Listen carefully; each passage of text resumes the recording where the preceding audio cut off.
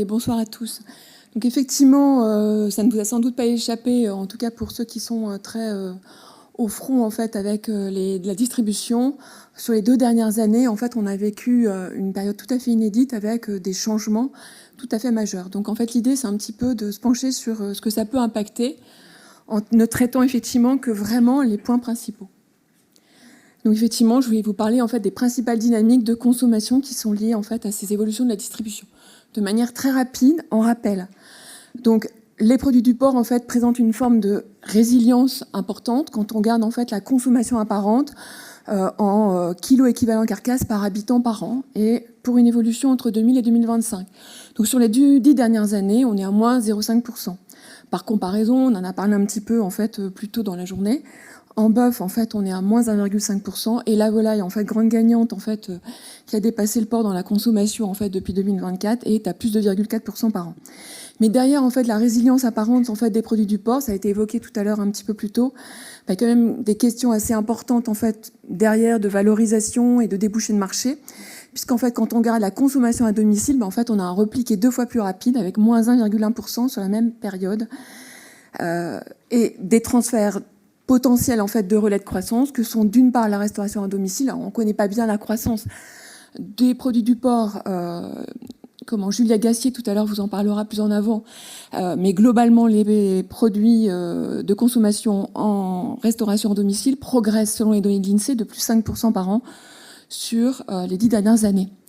De l'autre côté, en fait, on a aussi une tendance de la consommation qui va vers des produits toujours plus transformés. Là aussi, en fait, on manque de chiffres, mais globalement, ce que l'on peut dire, c'est que la croissance, elle est légèrement supérieure à l'ensemble, en fait, des produits de grande consommation en produits frais, libre-service. Alors maintenant, quand on regarde les mouvements, donc vous avez bien compris, en fait, il y a une érosion qui est plus forte à domicile. Maintenant, quand on regarde ce qui se passe en mouvement entre les grands formats en fait d'enseignes. Bon, vous avez sans doute déjà entendu parler de cet aspect-là. On a une érosion importante en fait des formats historiques de la grande distribution que sont l'hyper et le supermarché. Quand on cumule effectivement les deux, on observe en fait un recul entre 2019 et 2025 à fin octobre, de 3,7 points. Alors les mouvements, ils s'opèrent en fait aussi entre formats, puisque en fait ces deux circuits, il y a une forme de transfert qui s'opère vis-à-vis en fait de la consommation via le e-commerce. Donc effectivement, ces consommateurs en fait qui font appel au drive, à la livraison à domicile. Et puis de l'autre, le supermarché perd au profit de la proxy. Donc ça, c'était en fait les mouvements de consommation par circuit en charcuterie. Maintenant, derrière tout ça, il y a des évolutions en fait sociétales qui sont importantes. Le premier, ça a été cité en fait par Boris Duflot tout à l'heure. Il y a un effet démographique. Donc ça, c'est important. On a un net ralentissement de la démographie. En 2015-2020, on était à plus 0,3%. Et 2021-2022, on est à plus 0,15%. Et en fin 2024-2025, en fait, en solde naturel, on est en négatif, qui est compensé en fait par l'immigration. Le deuxième point qui est hyper important, alors souvent ça fait un peu rire, mais il y a une forte prise de conscience des consommateurs vis-à-vis du gaspillage alimentaire. Alors, le gaspillage alimentaire, c'est pas une vue de l'esprit. C'est quand même 57 kilos par habitant par an. Et donc il y a 9 sur 10 Français en fait qui déclarent avoir limité en fait ce gaspillage. Troisième point, et ça, la presse en a fait beaucoup l'écho, on a une hausse très significative en fait de la part des populations vulnérables. C'est plus 11 points entre 2022 et 2024. Et aujourd'hui, c'est 1 Français sur 2. Concrètement, qu'est-ce que ça veut dire? Ça veut dire qu'il y a, selon les sources, entre 1 Français sur 3 et 1 Français sur 4 qui saute un repas. Donc c'est quand même mécanique, hein, ils ne mangent pas. Et cet effet, en fait, il a été effectivement accentué en fait par l'inflation. L'inflation, juste pour se rappeler, en fait, en produits du porc, donc je ne sais pas les dates parce que je vais vite, c'est plus 20%. Hein. La déflation, aujourd'hui, on est à peine 2%, et encore, il y a eu des reprises, enfin voilà, en cumulé sur le long terme. Et donc, conséquence, en fait, on a une part de portefeuille, en fait, de la grande distribution, en fait, qui s'est érodée fortement, puisqu'elle a perdu 4,1 points entre 2019 et 2024. D'accord? Au profit de qui? La restauration et les circuits spécialisés. Alors, on vient de parler, en fait, d'une baisse de la consommation, mais il y a par rapport en fait, au grand mouvement en fait, de la distribution, il n'y a pas que ce facteur-là qui a joué.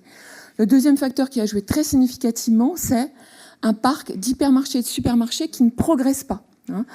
On est à 0 en hyper et on a à moins 4,3. Il y a eu des fermetures en fait, de supermarchés entre 2024 et 2023 dans le contexte effectivement des reprises.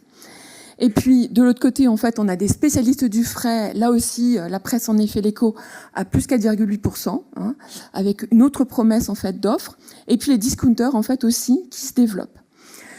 Donc, l'ensemble de ces mécaniques, érosion, en fait, des dépenses et absence de perspective de développement sur le plan de la surface de points de vente, fait qu'effectivement, il y a une intensité concurrentielle, une bataille des prix, en fait, qui s'est renforcée, et un recul de la valorisation aussi pour la distribution. Ça veut dire que ceux qui avaient fait des trésors de guerre pendant la crise de la Covid, ils se sont renforcés, mais ceux qui ont eu des soucis de pilotage, de gestion, etc., se sont affaiblis. Donc, tous ces paramètres font que la situation était tout à fait propice, en fait, à une restructuration, à une concentration de la distribution. Et entre 2024 et 2023, c'est plus de 500 points de vente, en fait, qui ont changé de main ou qui ont fermé. Et depuis, là, on vient de clore 2025, et maintenant, on est à plus de 800 points de vente. Et certains spécialistes, en fait, s'autorisent à dire que ce n'est pas fini. Bon, maintenant, si on se positionne en France, comparé en fait aux autres pays européens, tous ces aspects-là, en fait, renforcent le pouvoir de marché. Tout à l'heure, Céline Bonnet, en fait, interviendra plus longuement en fait sur cet aspect-là. Mais ce qu'on peut dire, c'est que à fin 2024, donc pas 2025, on était en numéro 3 par comparaison. Donc, si on regarde le chiffre d'affaires cumulé des 5 premiers groupes de la distribution, eh bien, en Allemagne, on est à 82%, mais ils ont un poids des discounters qui est important, devant le Royaume-Uni et la France, et puis derrière, en fait, l'Espagne. Mais en fait, depuis, en fait, on a continué à progresser, et je pense que maintenant, on est assez proche, en fait, des Allemands. Il faudrait vraiment avoir les chiffres plus précisément. Alors, cette recomposition, en fait, elle profite aux acteurs qui sont indépendants coopératifs. Déjà, c'est des patrons de magasins. Ils sont patrons vraiment, ils sont aux manettes. Et on n'a pas de structure, de back-office très lourd, en fait, à gérer derrière. Il faut se l'avouer. Donc, il y a une forme d'agilité qui est plus forte. Puis, il y a un ancrage local, c'est-à-dire qu'il n'y a pas d'assortiment qui est géré au national. Il y a une plus grande souplesse d'adaptation pour des consommateurs qui veulent de plus en plus, enfin, ils le déclarent, retrouver les produits locaux. Et puis, ça fait à nouveau allusion à la fameuse carte que j'aime beaucoup aussi, des 400 produits, hein, c'est comme le fromage, 400 produits de charcuterie, avec des spécificités. Et quand on regarde en fait les rayons, oui, on retrouve vraiment cette lecture-là. Donc vous comprenez en fait qu'un distributeur qui est très structuré, il a moins la latitude de jouer avec ce patrimoine, cette richesse, cette différenciation culturelle en fait qu'on retrouve dans nos régions. Donc, ça a été évoqué tout à l'heure, c'était un peu une question sur le déplacement de la valeur. Donc oui, la filière porcine, la question, finalement, on a une bonne résilience, mais la question, c'est vraiment une question de la valeur. Ça, clairement. Alors, je ne peux pas tout illustrer parce que si j'avais eu la latitude, je pouvais faire 4-5 même. Enfin, il y a vraiment beaucoup à dire. Mais bon, juste de manière très synthétique. Bon, les marques de distributeurs en charcuterie, bien que les consommateurs déclarent être très attachés aux marques nationales, y compris les jeunes, finalement, ce qu'ils mettent dans leur panier, c'est toujours plus de marques de distributeurs, toujours plus de premiers prix, enfin surtout des marques distributeurs.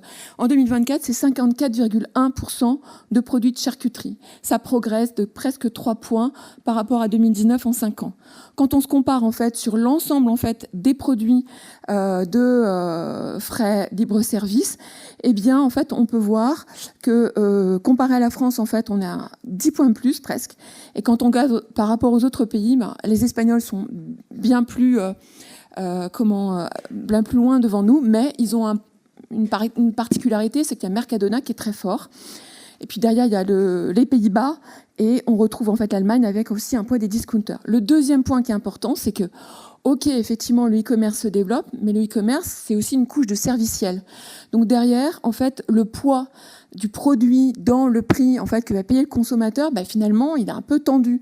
Puis de l'autre côté, c'est des investissements en fait aussi pour la distribution, pour aller apporter du service, un service toujours plus développé, personnalisé en fait auprès des consommateurs.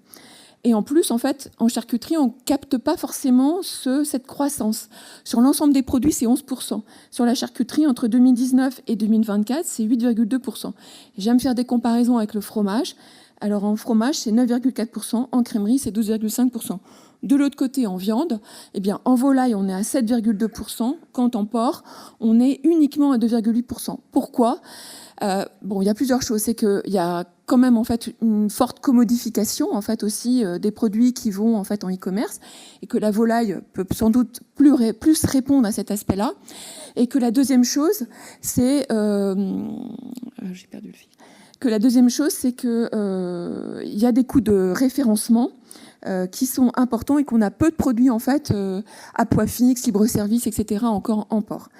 Donc face à l'affaiblissement du tout sous le même toit, donc le modèle en fait de l'hypermarché des années 70-80, quelle perspective pour les produits du port, et notamment en circuit spécialisé, puisque j'ai dit tout à l'heure que le report se faisait au travers en fait notamment de ces circuits-là.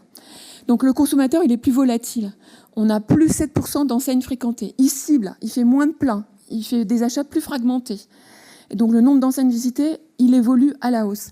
De l'autre, en fait, on a une reprise en fait des produits frais traditionnels, mais qui s'opère. Alors les bouchers charcutiers, ils ont beaucoup chuté. En taux de pénétration, maintenant, ça se stabilise, on a 18,2. De l'autre côté, en fait, sur les grandes surfaces frais, eh ben, en fait, on progresse. Alors on progresse doucement, mais sûrement. Et quand on regarde en fait chez le leader en fait des spécialistes du frais, sachant que 20% des Français fréquentent en fait les spécialistes du frais et qu'ils sont plutôt âgés, plutôt quinquagénaires, donc avec du temps et du pouvoir d'achat, eh bien en fait on voit que les produits de charcuterie et la viande de porc en fait sont sous-représentés en fait sur ce segment. Après, j'ai pas vraiment creusé en fait pour comprendre le contexte et les raisons qui expliquent en fait ces chiffres, mais en tout cas, par comparaison avec le fromage ou le poisson, eh bien, on a vraiment potentiellement à creuser un potentiel de croissance. Après, c'est avec prudence que j'avance ces éléments. Alors maintenant, on a parlé rapidement de la restauration. Donc juste 3 points à retenir et j'en finirai là. La restauration, elle est nettement tirée par le snacking. Mais quand on dit snacking, déjà, qu'est-ce que c'est qu'un produit snacking? C'est un produit qui est ambulant, qui est individuel. La définition a beaucoup évolué, mais grosso modo, c'est ça. Et ce segment-là, on a une plus grande porosité parce qu'il est entre le hors domicile et la consommation à domicile, parce qu'il est très tiré par la consommation à domicile. La grande distribution a bien compris en fait qu'il y avait un gisement en fait à aller chercher en fait sur ce volet-là. Il y a eu longtemps la question du trafic, mais progressivement il la résolve. Donc on progresse de 3%. Pourquoi? Parce qu'on a une individualisation de la consommation. Le snacking, c'est aussi au dîner et c'est tous les âges. Réduction de la taille des ménages, donc on cuisine encore moins. Hausse du télétravail, déstructuration des repas. 4 éléments, et c'est encore plus vrai en fait sur les jeunes générations pour ce qui concerne le dernier point. Cette progression, elle est renforcée par le développement des formats de la proximité qui justement viennent challenger le développement des établissements de restauration rapide. Les établissements de restauration rapide, entre 2000 et 2024, ils ont été multipliés par plus de 4, d'accord? Donc c'est énorme. Et quand on regarde en fait les formats en fait qui ont les meilleures performances en termes de consommation, c'est le traiteur, plat cuisiné et les pizzas. Bon, heureusement, point positif, dans chacun des cas, on retrouve des produits du porc. Donc ça, c'est tout à fait positif. Et dernier point, et ça c'est la Covid en fait qui a entraîné ça, c'est qu'on a un développement de la livraison des repas à domicile, et notamment qui touche la jeune génération. Il y a plus d'un Français sur 5 en fait qui utilise une application avec une consommation qui est de plus en plus en fait régulière. Et dans ces produits-là, c'est aussi important de comprendre que l'offre, elle évolue énormément.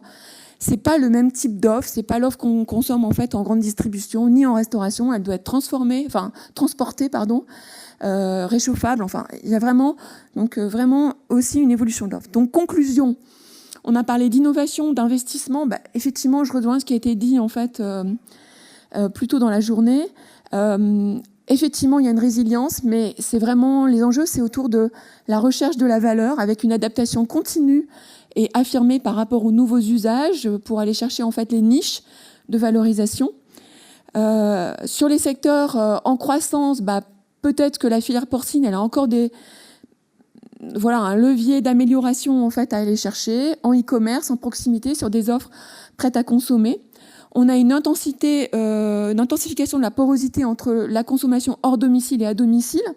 Ça veut dire que potentiellement, il y a un travail à conduire en fait sur des formats hybrides. Il y a eu des travaux très importants dans les années 2000 en fait qui ont été réalisés avec des box, etc. Et puis dernier point, ça c'est vraiment une question, c'est comment le serviciel qui est de plus en plus important dans nos sociétés et dont la filière porcine questionne ou remet en cause en fait la segmentation amont des produits porcins et appelle en fait à renforcer en fait l'apport de la valeur sur d'autres discours, sur des solutions personnalisées, mais en tout cas, comment on fait le lien jusqu'au consommateur entre l'amont et l'aval compte tenu de ces évolutions et ces usages. Je vous remercie.